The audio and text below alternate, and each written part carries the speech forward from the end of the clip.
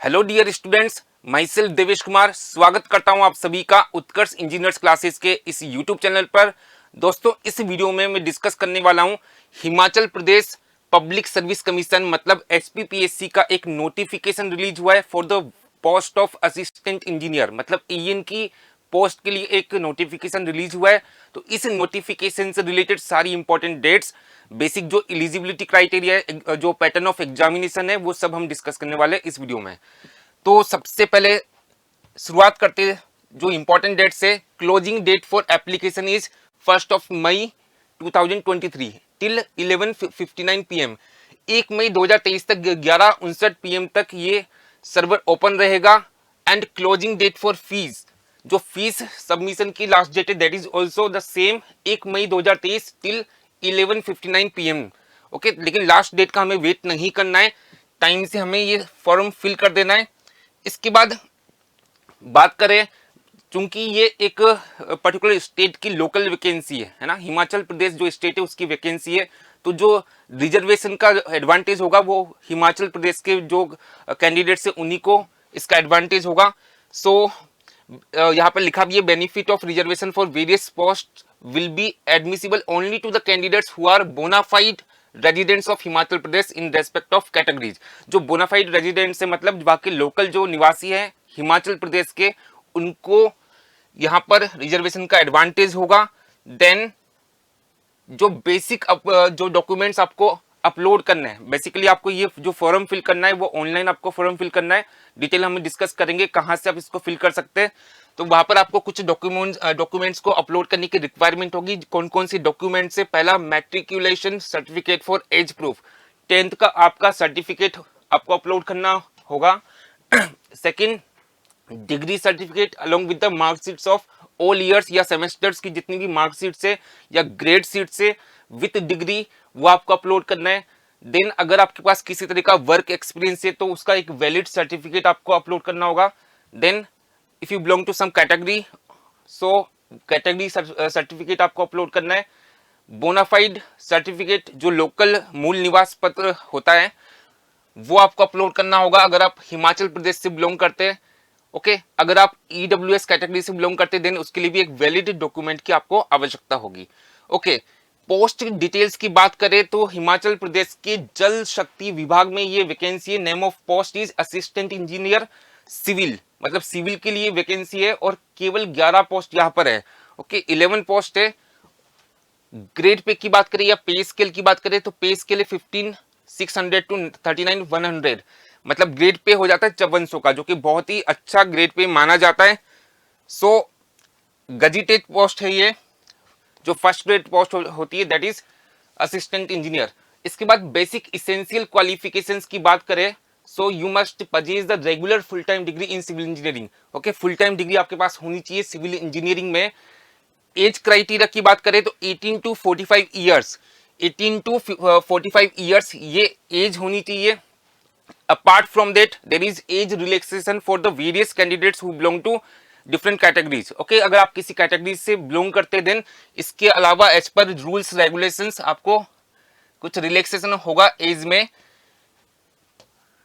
Then इसके बाद जो हाउ टू अप्लाई, कैसे आपको अप्लाई करना है, फॉर्म कैसे आप फिल करेंगे, तो ये बड़ा इंपॉर्टेंट है। You have to apply online through the official website of the commission which is www.hppsc.hp.gov.in/hppsc। Okay, तो इसी लिंक से आपको सबमिट करना है। इसके बाद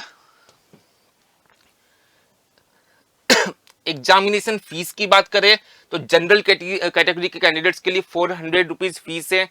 जो डिफरेंट कैटेगरीज से बिलोंग करते हैं, SC ST या जो भी अदर बेसिक कैटेगरीज होती है, OBC, तो उनके लिए 100 रुपीज फीस है। और जो एक्स सर्विसमैन है ऑफ हिमाचल प्रदेश उनके लिए there is no fees. Okay, इसके बाद एग्जामिनेशन स्टेशंस की या सिटीज की बात करें, मतलब कहां पर आप एग्जाम ये दे सकते हैं, किन सिटीज में जो एग्जामिनेशन सेंटर से वो होंगे, तो बेसिकली यहाँ पर मेंशन किया गया है 3 सिटीज का नाम, धर्मशाला, मंडी एंड शिमला। तो एग्जाम भी आप दे सकते हैं, बड़े ये फेमस टूरिस्ट प्लेसेस भी है। इसके अलावा यहाँ पर इन्होंने ये भी कहा है कि एज पर रिक्वायरमेंट यहाँ पर जो नंबर ऑफ जो सेंटर्स है वो वेरी भी कर सकते हैं, लेकिन बेसिकली भी यहाँ पर टेंटेटिव जो सेंटर्स दिए वो 3 सेंटर्स इन्होंने दिए। इसके बाद सिलेक्शन प्रोसेस की बात करें, so it is also important part. 2 stage का एग्जाम ये होगा। स्टेज 1 को इन्होंने बोला स्क्रीनिंग या प्रिलिमिनरी एग्जामिनेशन, मतलब स्क्रीनिंग एग्जामिनेशन होगा स्टेज 1।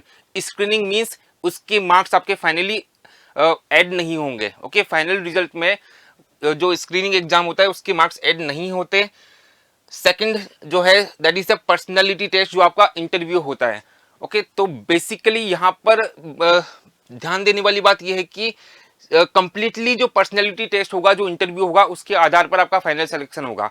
ओके, जो आपका रिटर्न एग्जामिनेशन होगा या जो भी ऑब्जेक्टिव एग्जामिनेशन होगा वो केवल स्क्रीनिंग पर्पस के लिए, मतलब छटनी के लिए है। ओके, उसके मार्क्स फाइनली यहाँ पर आपके ऐड नहीं होंगे। बेसिकली सेकंड स्टेज इन्होंने बोली पर्सनैलिटी टेस्ट, तो केवल जो फाइनली आपके मार्क्स होंगे इन पर्सनैलिटी टेस्ट इंटरव्यू में जो आपके मार्क्स होंगे उसी के आधार पर फाइनल सिलेक्शन होगा। इसके बाद यहाँ पर एक क्राइटेरिया गिवन है, minimum passing marks in computer based test और offline test which may be objective or descriptive are 25% for the candidates of general category and 20% for the candidates of reserved categories।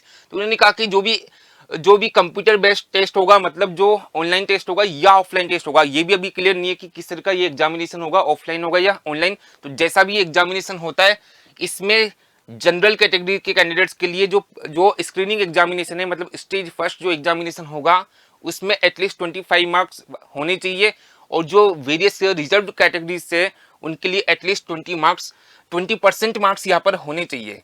इसके बाद इन्होंने कहा personality test के लिए, so it will be of maximum 100 marks. 100 marks का होगा अधिकतम।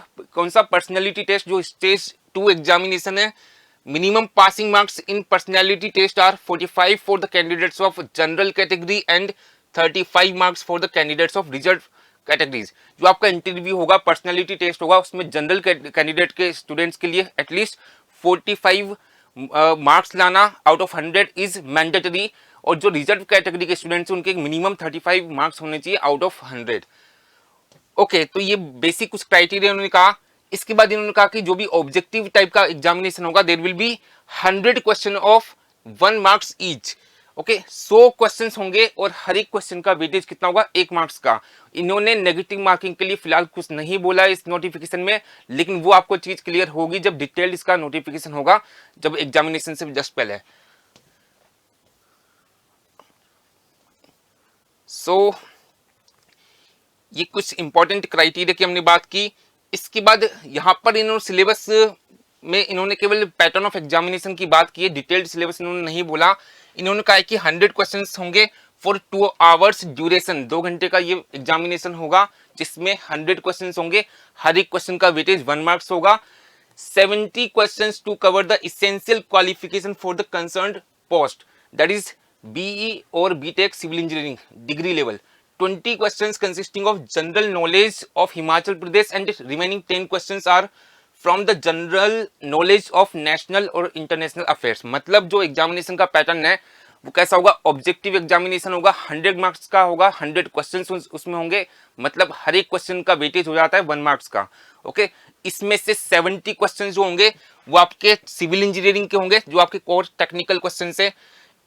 20 question जो होंगे वो जो जीके है हिमाचल प्रदेश की, जो स्टेट जीके है उससे रिगार्डिंग होंगे, और रिमेनिंग 10 जो क्वेश्चंस होंगे those will be from the general knowledge of national और इंटरनेशनल अफेयर्स। ओके, तो ये डिटेल्ड पैटर्न हो गया कि किस टाइप का पेपर होगा, कितना कितना वेटेज नॉन टेक का और टेक्निकल का होगा।